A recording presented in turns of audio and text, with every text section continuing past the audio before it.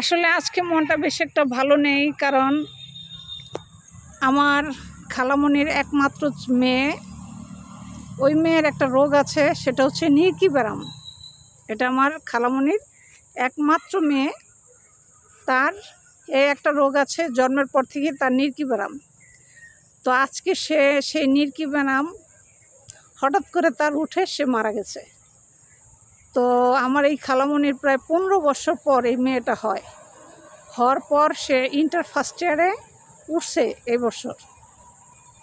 ওঠার পর মেয়েটাকে এত ভালোবাসা, এত আদর, এত যত্ন করে তাকে বড় করা হয়েছে, মানে চিন্তার বাইরে, বুঝছেন। তা আজকে আসলে মনটা একদমই ভালো নেই। আমার খালামণির মেয়েটা এই নির্কি ব্যারামের এই সমস্যা মারা গেছে। আসলে মনটা খুবই খারাপ, মানে সেটা আর বলার ভাষা রাখে না। তো আমরা সবাই যাব, এখন খবরটা পাইছি মাত্র, তো যাব, আশা করতেছি যাব। শত হলে একটু মার খালা ডিফারেন্স কিছু না, তো সেখানে যাব চিন্তা করতেছি। খালা ফোন দিছে যাওয়ার জন্য।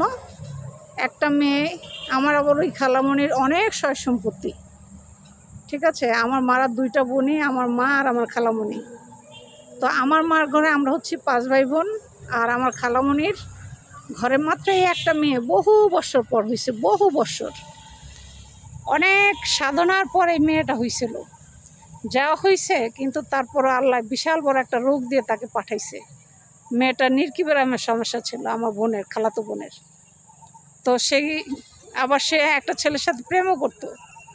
হ্যাঁ, তার কলেজে পড়ে, সে স্কুল লাইফে থেকে ওই ছেলের সাথে প্রেম করতো। ওদের আমরা বিয়ে ফাইনালও করে ফেলছি, যে ইন্টার কমপ্লিট হলে ছেলে আর মেয়ে দুজনকে আমরা সরা কাবিন করে রাখবো, আংটি পরায় রেখে দিব। এই কথা আমাদের ফাইনাল হয়ে গেছে।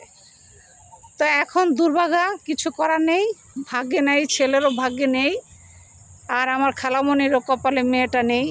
তো আপনারা সবাই দোয়া করবেন যেন জান্নাতবাসী হয়। আজ এই পর্যন্ত, ভালো থাকবেন, আল্লাহ হাফেজ। সব কিছু মিলে আসলে মনটা তেমন একটা ভালো নেই।